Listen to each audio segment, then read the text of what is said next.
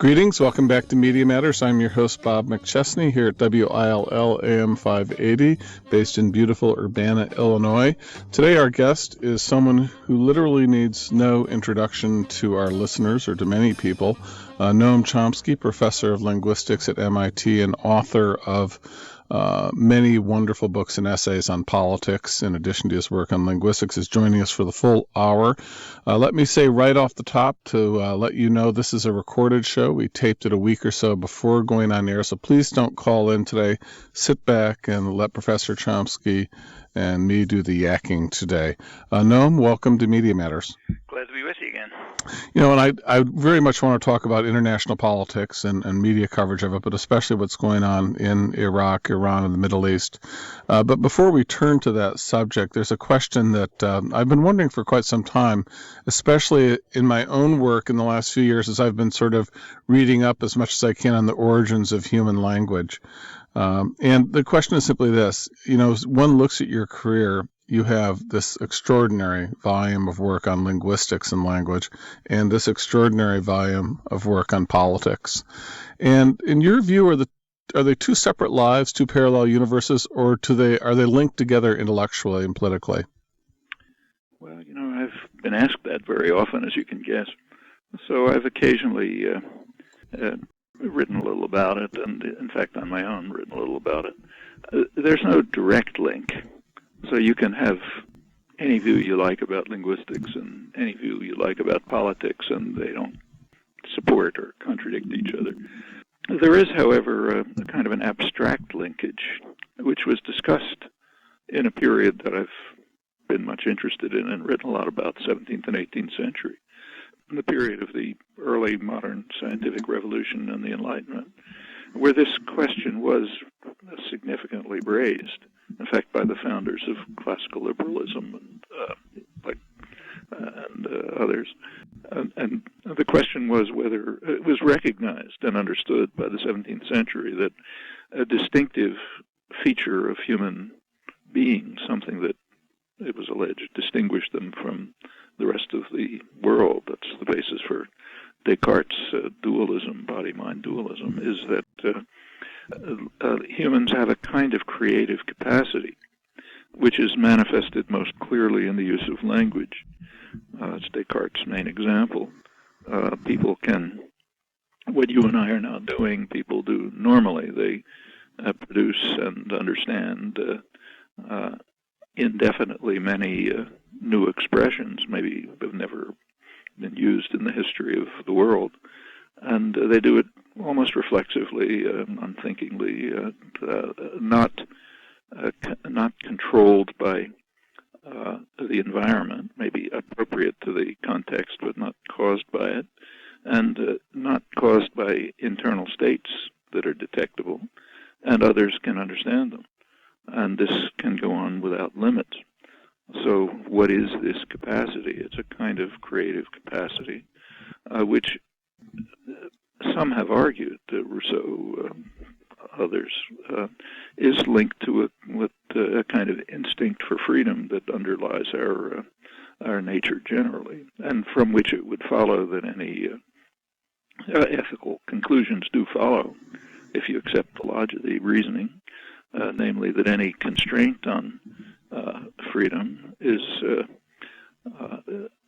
carries a burden of proof. It has to justify itself. It's not just self-justifying. You have to, which means that any kind of authoritarian or hierarchical structure should be subject to challenge.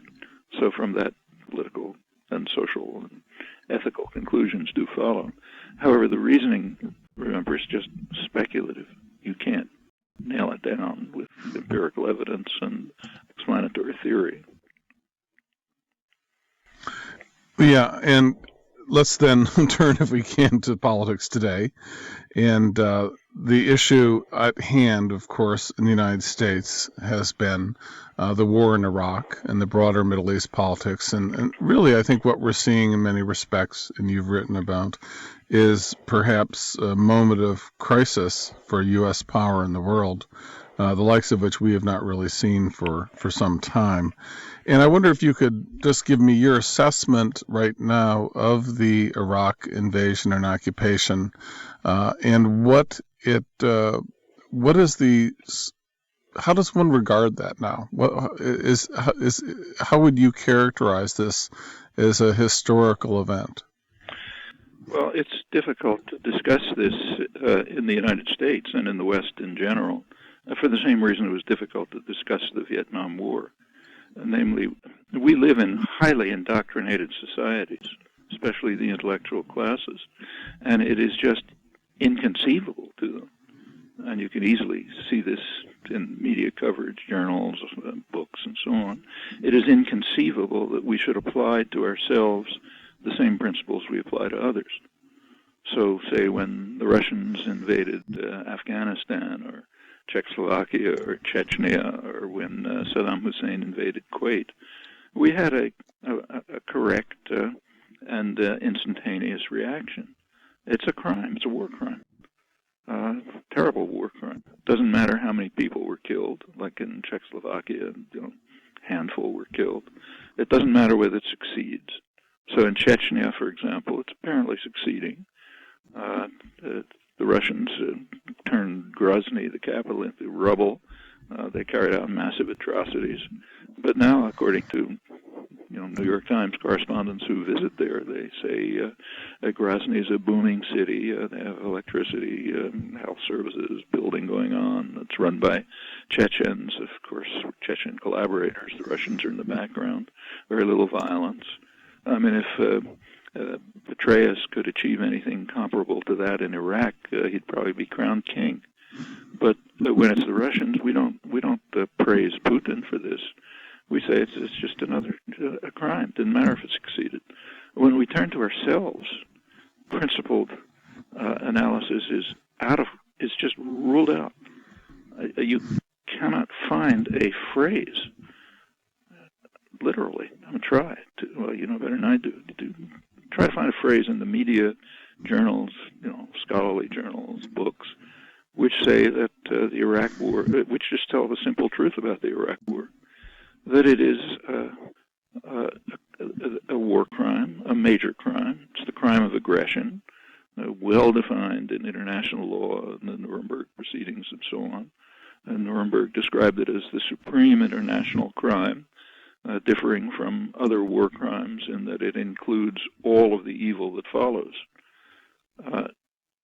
That means, and that the judgment of Nuremberg ought to apply. We know what that was. These topics are undiscussable, except indirectly. So if you look closely, say at the, for example, last December, the Pentagon released results of studies of focus groups that they'd taken in Iraq. They do a lot of study of Iraqi public opinion. That's normal for an occupying army. And it was reported, actually, there was an interesting article in it by Karen DeYoung in the Washington Post. I don't know if she knew what she was saying, but it was devastating. She reported that the Pentagon report said that there's good news from Iraq. Contrary to what people are saying, Iraqis have shared opinions. So there's actually some hope for reconciliation, and maybe it'll all work, and so on. Really good news. Take a look at the shared opinions. The shared opinions are, first, that the U.S. invasion is responsible for the sectarian warfare and other atrocities, and second, the U.S. should get out. Well, the first point, U.S. is responsible for the sectarian warfare. Yeah, that's the Iraqis are accepting our principles, the ones we have orations about. They're accepting the principle of the judgment of Nuremberg. You invaded the country, therefore you're responsible for all the violence that followed and all the horrors that followed, like the sectarian warfare. You can't say that here. We don't accept our principles, even though Iraqis do. So Hillary Clinton's criticism of the war is that we got ourselves involved in a civil war which we can't win. Well, that's not what Iraqis are saying. They say you caused the civil war, and you're responsible for it, and you should be accountable. So they, in fact, accept our principles, We don't have to teach them our principles. We have to teach ourselves our principles, and that can't be done. That's ruled out. We have to say we're a force for good. It's kind of striking, not only among the commentators. Okay, expect them to be, kind of supportive of state policy, but it's more interestingly, in a way, it's true of the correspondents who don't apologize for it. I mean, they describe themselves as cheerleaders for the home team.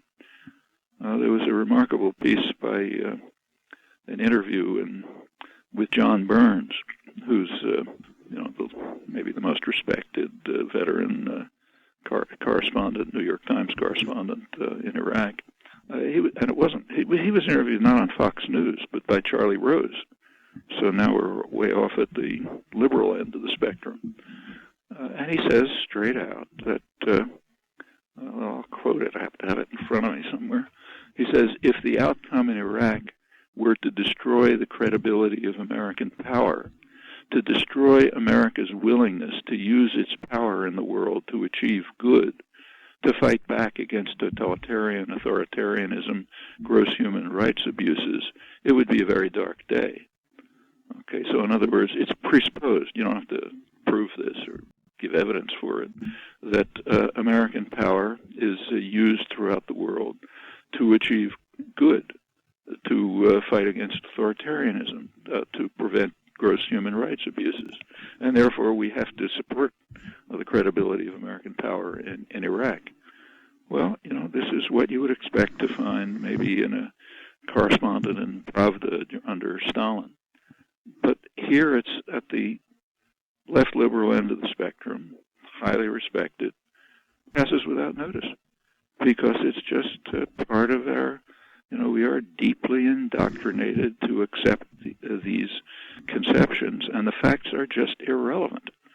And it's kind of interesting that there's a very new movement of militant atheism. You can think about it what you like, but they don't go after the most significant and important and fanatic religion, namely the religion of secular nationalism, of which this is a good example.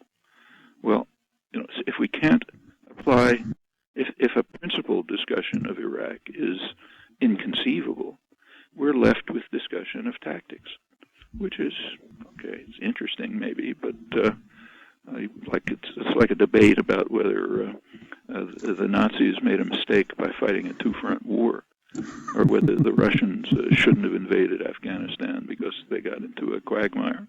That's interesting debates maybe, but not a serious discussion of the issues, and we understand that very well with regard to enemies. But that's what we're left with ourselves. Well, okay, so just keeping to that, what's happening?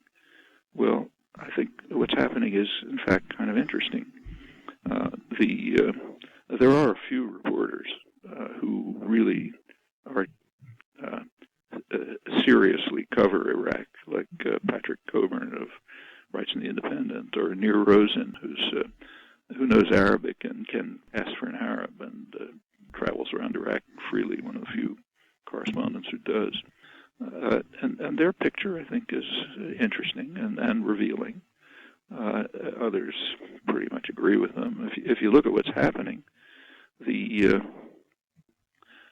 what's developing in Iraq right now is a kind of a U.S.-Iranian condominium. The U.S. and Iran support the same forces. The Maliki government and the what's called the Iraqi army, they're basically they're the elements in Iraq that are closest to Iran. The army, for example, is based primarily on the Badr Brigade. What they now call themselves Supreme Islamic Council, is the main part of the government. The Badr Brigade was trained in Iran. In fact, it was part of the Revolutionary Guards, the hated Revolutionary Guards. It was so pro-Iranian that it fought with Iran against Iraq during the Iraq-Iran War. And in fact, it refused to intervene when Saddam Hussein was massacring Shiites with U.S. approval after the first Iraq War. Okay, that's now the core of the army. And their main enemy, Muqtada al-Sadr, our U.S. enemy too, is also an enemy of Iran for the same reason. He's independent, so they don't like him and we don't like him. If you read the American press, you would assume that Muqtada's first name is renegade or militant or something like that. Why is he a renegade or a militant? I mean, maybe he's a terrible guy. I have no idea. But he's a renegade and a militant because he opposes foreign occupation, our occupation. If it was somebody else's occupation, he'd be a hero. But he opposes our occupation, so he's a renegade and a militant. Iran doesn't like him for the same reasons. He's independent. He has popular support, mass popular support, probably the only figure with mass popular support. So he's a renegade and a militant. They don't like him. We don't like him. They're jointly attacking him. The Iranians are probably quite happy to have the elements in Iraq that are closest to them being imposed in power by the United States. And sometimes I should say the press is kind of frank about this. So the Wall Street Journal a couple of days ago, the pretty good correspondent there, pointed out that the Maliki government can stay in power only thanks to U.S. force. Otherwise, it's gone. It's pretty accurate. So that's what's developing. As for the effect of the recent surge, it's kind of interesting to watch the reaction here. Here, it's regarded as a great success. Why? Well, reduced American casualties. Keeps things sort of quiet. And since the only question we can be concerned with is how costly is this to the United States, it looks like a success. Or rather like supporters of Putin in Russia, who ultra-nationalist Russians who say, look, Chechnya is a great success. We've calmed it down. It's in fact a much greater success than the U.S. has achieved in Iraq. We don't say that, but Russian ultra-nationalists do. On the other hand, if you look at a real analysis of the surge, you get quite a different picture. Fortunately, there's now a source that one can cite instead of just giving our own analysis, kind of discussing sensibly and repeating what critics of the war have been saying. It's an article in Foreign Affairs, the main establishment journal, by Stephen Simon, who's his background in national security and so on, so a very respectable source. Actually, it's a lead article in Foreign Affairs. He points out what people should have been able to figure out just from looking at things. The surge is laying the basis for an extremely dangerous situation for Iraqis. Maybe it'll work for us, but not for Iraqis. It's the Petraeus counterinsurgency strategy is aimed at constructing exactly the problems, supporting exactly the problems which have been devastating in the Middle East and elsewhere for the population, namely tribalism, sectarianism, and warlordism. That's exactly what the surge is constructing. So you pay off tribal leaders munificently to be your mercenaries. You turn, say, Baghdad into a set of gated communities, pretty much on the Israeli style in the West Bank. In fact, they may be using that as a model. Just wall off one group, which is highly sectarian. The sectarian violence that has been instigated by the U.S. invasion, as Iraqis correctly say, has now led to a lot of ethnic cleansing. So you can find more or less homogeneous groups that can be gated off. That's a mechanism for control, as Israel's carrying out in the West Bank. Tribalism will work for you as long as the tribal leaders are willing to play along with your goals. And the warlords are happy to be paid off. The effect of this in Iraq, he and others suspect, will be a society torn to shreds, controlled, if possible, only by an authoritarian central military government, which he says will be similar to Saddam Hussein's, who also played off the tribes against each other. Well, that's what the surge is. That's the surge of success. If it kind of like maybe ultimately it'll be able to achieve a fraction of the success of Putin in Chechnya after having razed the place to the ground. For Iraqis, it's a total disaster. I mean, Nir Rosen, who knows Iraq probably better than any correspondent there, has had an article actually in Senate testimony, I guess, in which he said, look, Iraq is gone. It'll never recover. He said this is worse than the Mongol invasions in the 13th century, which many Iraqis say too. He said there's no solutions. The only thing you can hope for is the least bad outcome for Iraqis. But maybe there's no solution at all. Our guest today on Media Matters, Noam Chomsky, who you've been listening to. This is WILL AM 580. I'm your host, Bob McChesney. This program was recorded shortly before going on air, so please don't try to call in today with a phone call. Let us do the talking. Excuse me. We've been talking about U.S. foreign policy in Iraq specifically. Noam, the war... this is a hypothetical question. Had the White House and the State Department, Defense Department, known how the occupation of Iraq would turn out after the invasion, the cost, financial and human, and in sort of geopolitical power, do you think they still would have invaded? And after you answer that, which a less hypothetical question, what is the state of U.S. power in the region and the world today as a result of the Iraq War? Well, my own guess about the Iraq invasion, frankly, was pretty much like Paul Wolfowitz's. I thought it would be a walkover. Iraq was the weakest country in the region. We don't like to talk about it here, but it had been devastated by Clinton's sanctions, which were probably as murderous or more murderous than the war itself. The country was barely being held together with Scotch tape. The effect of Clinton's sanctions was to, first of all, to kill hundreds of thousands of people. The infant mortality rate, for example, shot way up. And also to compel the population to rely on the dictator for survival. So it helped keep him in power, kept him from being overthrown. But the country was a wreck. I mean, you'd assume that any foreign army who moved in, maybe the Iranians, would be welcomed, if only for putting an end to the sanctions and getting rid of the dictator, and with any facility at all would be able to get the country running again. Well, the U.S. invasion was an incredible catastrophe. I mean, I can't think of an example in imperial history which was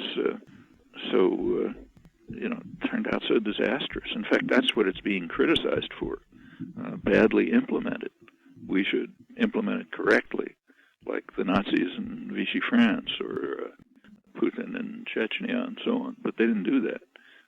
So if they had any, as I say, my own guess was that they would succeed.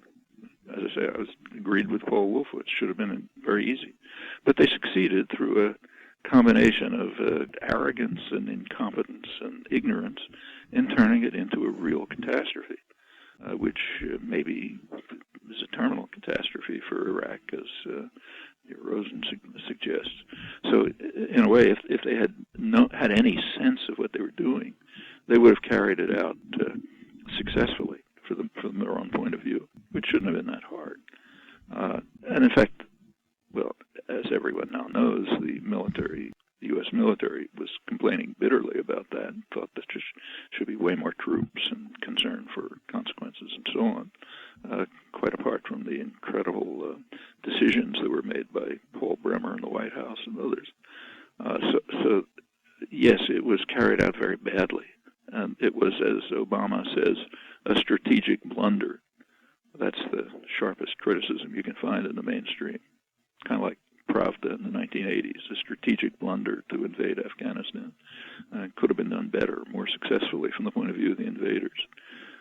And one of the effects of the invasion itself, of course, was bitterly opposed, not only in the region, but in fact throughout the world. Like in Europe, there were international polls at the time. You could barely find a country where there were more than 10% support for it. The few scattered examples, but so it was bitterly opposed everywhere, and particularly in the region. It increased substantially the support for terror to leading U.S. Specialists on terror, Peter Bergen and Paul Cruikshank had a study of it based on Rand Corporation data, sort of government data. They concluded that what they call the Iraq effect, the effect of the Iraq invasion on terror, increased it by a factor of 7. Some analysts go way beyond that. Francis Bator, who's a Harvard University specialist on strategic analysis, Defense Department, the national security system under Johnson, he says it's increasing the likelihood of a Hiroshima in the United States. Takes a strong position. And in the region, yes, it increased, radically increased a dislike of and disdain for the United States. There was a poll recently in Saudi Arabia, the most loyal ally. If you look at where leaders were ranked in the unfavorable ranking, Bush was way in the lead, far above Osama bin Laden, and about twice as high as Ahmadinejad, and the president of Iran, and Hassan Nasrallah, the head of Hezbollah, which is pretty remarkable because those are, first of all, those are Shiite leaders. If there's supposed to be a Shia-Sunni split like we claim, how come Sunni Saudi Arabians are praising Ahmadinejad and Nasrallah way above Bush? In fact, even the official Saudi press is bitterly critical of the United States, which is astonishing. For one thing, they're never, this is a tyranny. They don't speak freely. And also, just normal Arab courtesy keeps them quiet about visiting dignitaries. But Bush's two visits in January and just in May were bitterly condemned in the Saudi press, which is pretty close to official reactions. The visit in January, he was condemned for what was their phrase, for policies that are not diplomacy seeking peace, but rather madness seeking war. That's a pretty sharp criticism. His visit in May led to total outrage. They picked up on his speech in Israel, which was almost suppressed in the United States. Very few references to it, but the region picked it up. In his speech in Jerusalem, he of course, very laudatory speech about Israel. He said that Israel is, the Jews are people chosen by God. They're the chosen people. And God wants them to go back to their homeland, and we're now celebrating that. Well, and then a bare passing after a ton of lauding of Israel, sort of a passing reference to his, what he calls his vision that someday Palestinians will have a homeland somewhere. Well, that registered in the region. That was bitterly condemned in the Saudi press for obvious reasons. They said, look, if they're the chosen people, who are we? What rights do we have? Quite apart from the Christian and evangelical fanaticism that lies behind this. And they pointed out accurately that Bush's rhetoric was what you find in the ultra-religious nationalist right wing in Israel. You wouldn't even find it in the mainstream Israeli press or commentary.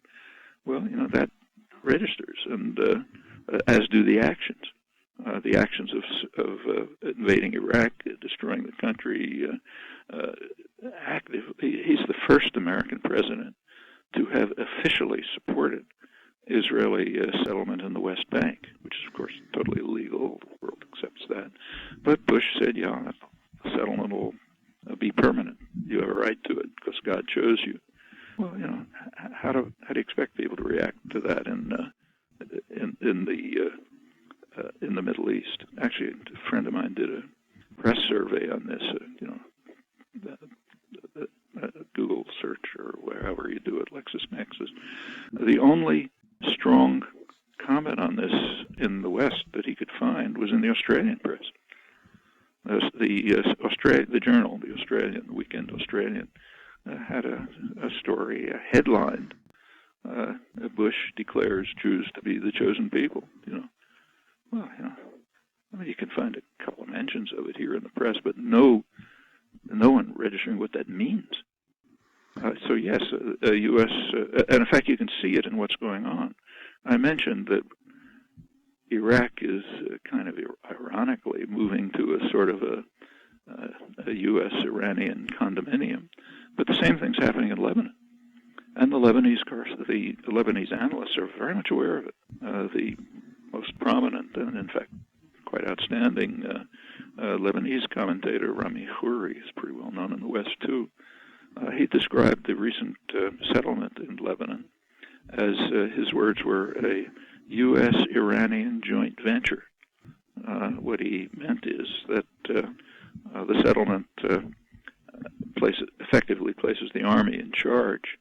And the Army, he said, gets its arms from the United States and its ideological direction from Iran.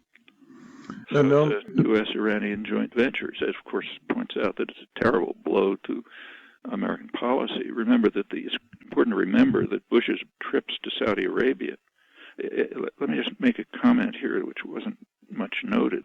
Bush's May trip to the Middle East had two destinations, not one, two destinations officially. One was the 60th anniversary of the founding of Israel and recognition by the United States. Okay, that got the headlines. They noticed there that there was nothing about the Palestinians. But the second destination was Riyadh. Bush went to celebrate the 75th anniversary of the U.S. recognition of the Saudi Arabia right after it was founded as a state, and not coincidentally, the year when American geologists started exploring Saudi Arabia. That became part of a long-term effort to sort of push Britain out of the Middle East and take over as world dominant power. So 75th year of the recognition of Saudi Arabia, which is Washington's most valued ally in the region because that's where most of the oil is. Part of the goal, both in May and in January, leading part, was to try to forge an anti-Iranian alliance, to try to create a Sunni-Shia split, which would bring the countries of the region, which don't like Iran particularly, in fact dislike it, bring them into a U.S.-run alliance against Iran. Well, that's failed totally. As to quote the Saudi press again, Bush and Rice, who they particularly despise, Rice is coming with not diplomacy seeking peace, but madness seeking war. We don't want war with Iran. They don't like it. They fear its influence and so on, but they want to accommodate to it. Noam Chomsky is our guest today in Media Matters. I'm your host, Bob McChesney. This is WILLAM 580. Please don't call in. Sit back, relax. Professor Chomsky and I are taping this program shortly before going on air. Now we're talking about U.S. activities in the Middle East, specifically with regard to Iraq, Israel, and Saudi Arabia, and Iran. Professor Chomsky, if I can just push you on this one point or ask you to follow up on it, because in the U.S. press, there's a lot of talk right now about a potential U.S. invasion or military action, might be the term used, toward Iran. And what is your sense of this? What is the basis of U.S. hostility towards Iran, and what is the likelihood of action, and what's the likelihood of success? Well, the basis for the hostility is clear enough. It's kind of like Cuba. International affairs is more, has a certain similarity to the mafia. If somebody steps on the toes of the Godfather, he doesn't like it. If a storekeeper somewhere refuses to pay protection money the Godfather will make sure not only that he gets the money, but that the guy is beaten to a pulp. It's a bad model for others. And that's sort of the way international affairs work. In fact, that's one of the few principles of international relations that has some validity. Iran is disobedient. The U.S. overthrew its government, its parliamentary government, in 1953, with great applause from Western commentators. New York Times had a rave review, an editorial supporting it. Overthrew the parliamentary government, installed a dictator, a brutal, harsh dictator, and backed him till the end. Jimmy Carter, a couple of months before he was overthrown, went to Iran and praised the Shah for the love of his people for him and how wonderful he is and so on. Well, he was overthrown a couple of months later, which is bad enough. But after that, Iran just refused to obey American orders. Actually, there's one event in U.S.-Iranian history that's remembered, namely they took hostages. Yeah, that was a criminal act, but compared with what the U.S. has done to Iran, it's like a toothpick on a mountain. But they're disobedient. The U.S. backed Saddam Hussein in his war against Iran, which was a murderous, destructive war, then imposed extremely harsh sanctions, is now threatening war. All political candidates threaten war. That's sort of a given. The American population's against it, but the population's irrelevant. And we don't know what they'll do. I mean, as I mentioned, the efforts to try to create a Sunni alliance in support for a war against Iran have just crashed. There was, in fact, an international poll among the people of the region, Turkey, Pakistan, Arab states. All of them dislike Iran, asking the main question that was asked was how would they compare their reaction to Iran having nuclear weapons or the U.S. going to war. And they far preferred Iran having nuclear weapons. Of course, they hate and despise that idea, but the idea of war is much worse. Nevertheless, you can't tell what these people in the White House are going to do. The American population is strongly against it. Unfortunately, the polls haven't been published, but they're very revealing. I mean, about 75% of the public here in the United States thinks Iran should have a right to nuclear power, uranium enrichment, but not nuclear weapons, so they join almost the entire world on this. More interestingly, the same overwhelming majority are in favor of establishing a nuclear weapons-free zone in the region. Iran, Israel, American forces deployed there, and so on, presumably Pakistan. Yeah, that's a very sensible idea. And in fact, it happens to be Iranian official policy also, although that's not reported either, just as American opinion isn't reported. But this conception is a very sensible one, and it would significantly reduce tensions and maybe eliminate any pretext for conflict. But I don't think it can even be reported, let alone discussed. Also unreportable is the fact that the U.S. and Britain are committed to this. If you go back to the invasion of Iraq in 2003, when Bush and Blair tried to concoct some kind of legal pretext for it, what they referred to was a UN Security Council resolution, 687 in 1991, which called on Iraq to dismantle its weapons of mass destruction. They said, well, they haven't done it, so we have to invade. That was the invasion. Well, people who are literate can read Resolution 687, and it calls for the establishment of a nuclear weapons-free zone in the region. Just what the vast majority of Americans want, what Iranian official policy is, and what I'm sure the people of the region want, which would significantly reduce tensions and the potential for conflict. But if your policy is, to quote the Saudi press again, not diplomacy seeking peace, but madness seeking war, then you can't report these things. Population of the United States is not supposed to know about things like that. You're not supposed to know that your opinions are shared by the vast majority of the population and are sensible. So as far as I know, none of this has ever been reported. Now, we have a presidential election coming up, Professor Chomsky, in the United States in November, and the candidates appear to be John McCain for the Republicans, Barack Obama, likely Democratic nominee, as well as some minor or third-party candidates. Do you think there, from what you can tell, substantive differences in terms of U.S. military posture in the world, U.S. foreign affairs, between what a McCain administration and an Obama administration might offer? I think there are likely to be differences. McCain, as far as you can tell, I mean, he's changed his opinion and stand so many times on so many issues that it's kind of like a guesswork. But the general impression is that he would be kind of more or less, an authentic successor to Bush. That's what it sounds like generally. He's the media picture of him is that he's an expert on national security. Why is he an expert on national security? I mean, suppose a Russian pilot had been shot down in Afghanistan while he was bombing civilian targets and had been captured by the U.S.-backed Islamic terrorists there and tortured.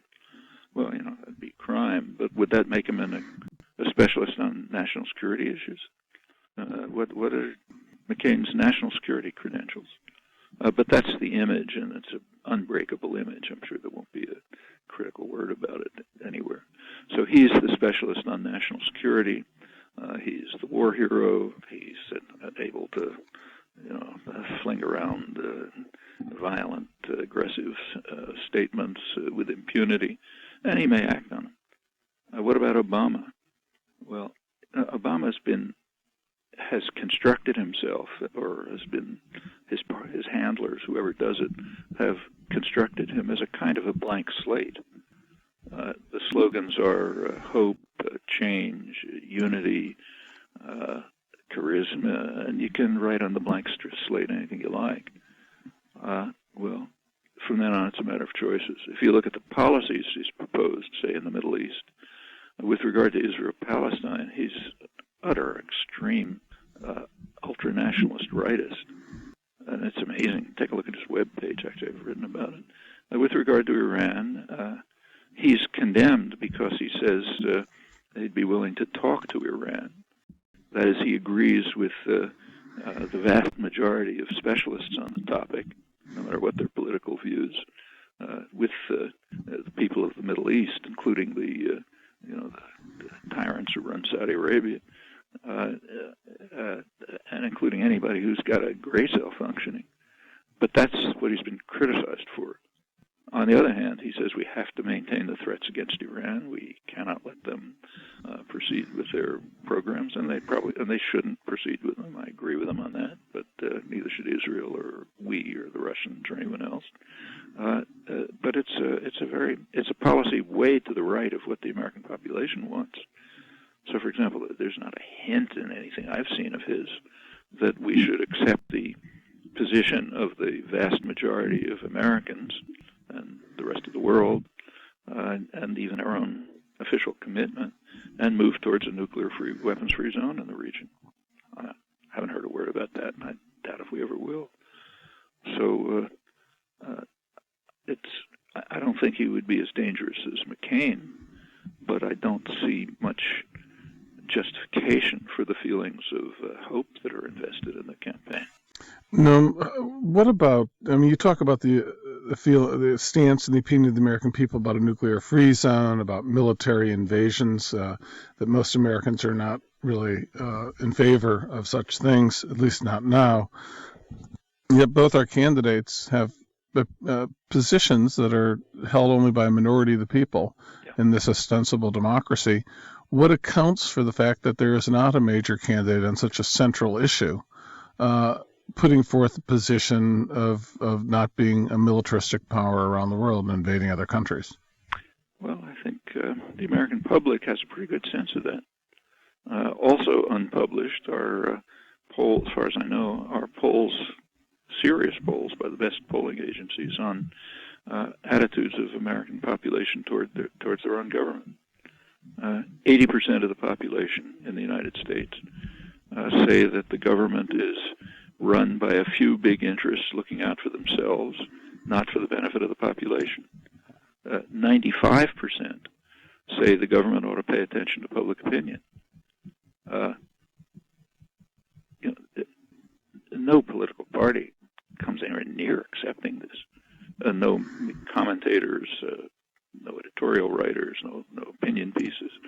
In fact, as far as I'm aware, none of this even gets published. But it's it's a little crude, but not wrong. I mean, it's basically correct that the political parties are run by a few big interests looking out for themselves. Back in the 1950s, I think it was C. Wright Mills, great sociologist, if my memory is correct, who described U.S. Political system as a one-party system with a business party that has two factions called Republicans and Democrats. A little different in their constituencies and their policies, but basically the business party. And that's their constituency. A few big interests looking out for themselves. Take a look carefully. It's more complex than that, of course. But as a first approximation, it's not bad. And it's not just on international issues. On domestic issues, too, both political parties have been well to the right of the population for a long time. So let's take just what has been the leading domestic issue in polls for decades, either at the top or close to the top, the utterly disastrous healthcare system in the U.S. I mean, twice the per capita costs of comparable countries and some of the worst outcomes. Well, the public, a large majority of the public, has been in favor of a very sensible solution. Let's have the kind of healthcare system they have in other industrial countries. Here it's usually described as a Canadian-style system, but that's because Canada's next door, so you can see it. There are better systems elsewhere. But let's have a national healthcare system. It's sort of like maybe Medicare extending over the whole population. Well, it's very interesting to see how the political parties and the commentators have dealt with this. In the 2004 election, neither candidate proposed anything like it. The New York Times actually had a commentary on it. It said that Kerry cannot propose any government involvement in the healthcare system because it has so little political support, just the support of the large majority of the population. What they mean by that is it wasn't supported by the few big interests looking out for themselves, the insurance companies, the pharmaceutical corporations, and so on. So it had no political support. Now let's go to 2008. In this election, the Democratic candidates have programs which introduce government involvement into the healthcare system. It's not quite what the general population has wanted for decades, but maybe partially approaching it. Well, what happened between 2004 and 2008? Was there a change in public opinion? No, it's been the same for decades. What changed is that some of the few big interests looking out for themselves are being harmed by the disastrous American healthcare system, namely manufacturing industry. So General Motors says it costs them, I don't know, maybe $1,500 more per car to produce it in Detroit than across the border in Canada, mainly because of the healthcare catastrophe here. So they are now in favor of some form of government involvement. It therefore becomes politically possible and has political support. Now, it's astonishing to me that that you don't read any comment about this and what it implies about the state of American democracy. So if the population wants it, it has no political support. If manufacturing interests want it, okay, it has some political support now. Now there's a disagreement between the manufacturing industry and the financial industry, so you have a political issue. Unfortunately, that's the way American politics works. And one of the consequences, to get back to your comment, is that on major issues, both parties tend often to be well to the right of the population. Noam, we've only got a few minutes left. I do want to follow up with one final question on this. One of the recent developments in U.S. electoral politics starting in 2006 and by all accounts continuing this year and into the future has been significant rejection of Republican candidates by voters, especially young voters, but really almost across the spectrum, in a manner that only takes place, every generation or two. And I was wondering if this is just sort of a blip in the screen, or is there something going on more significant that we should be keeping our eyes on? Well, it's significant, but it's hard to know exactly what it is. A lot of it is just extreme dislike of Bush. His popularity ratings are about the lowest of any president you can think of. On the other hand, it's worth remembering that the popularity ratings of Congress are even lower. That's the Democrat-controlled Congress. What you're finding is just a general rejection of the political system. That's what it means when 80% of the population say the country's run by a few big interests looking out for themselves, and they don't pay any attention to us. Or when the public says, again by maybe 3 to 1, that they want to have issues discussed in the election, not coverage of superficial trivialities. That's just what doesn't happen. This is just alienation from the political system, and that's very unpredictable. My guess about the coming election, is that McCain will win, because I doubt very much that Obama will be able to withstand the workings of the quite formidable Republican vilification and slander system, which is something to watch. And that's not the kind of thing you can defend yourself against. A flood of slander, invective, lies, and so on. That's extremely hard to respond to. And my suspicion is that will probably swing the election, particularly because, as again polls reveal, there's a very strong undercurrent of racism among Democratic voters too. On that note, unfortunately, Noam Chomsky, the time is drawing to an end. I hear the band tuning up in the background. I want to thank you so much for taking time from your busy schedule to join us here at Media Matters, and good luck with everything in the future. Okay, thanks a lot. Bye-bye. Bye.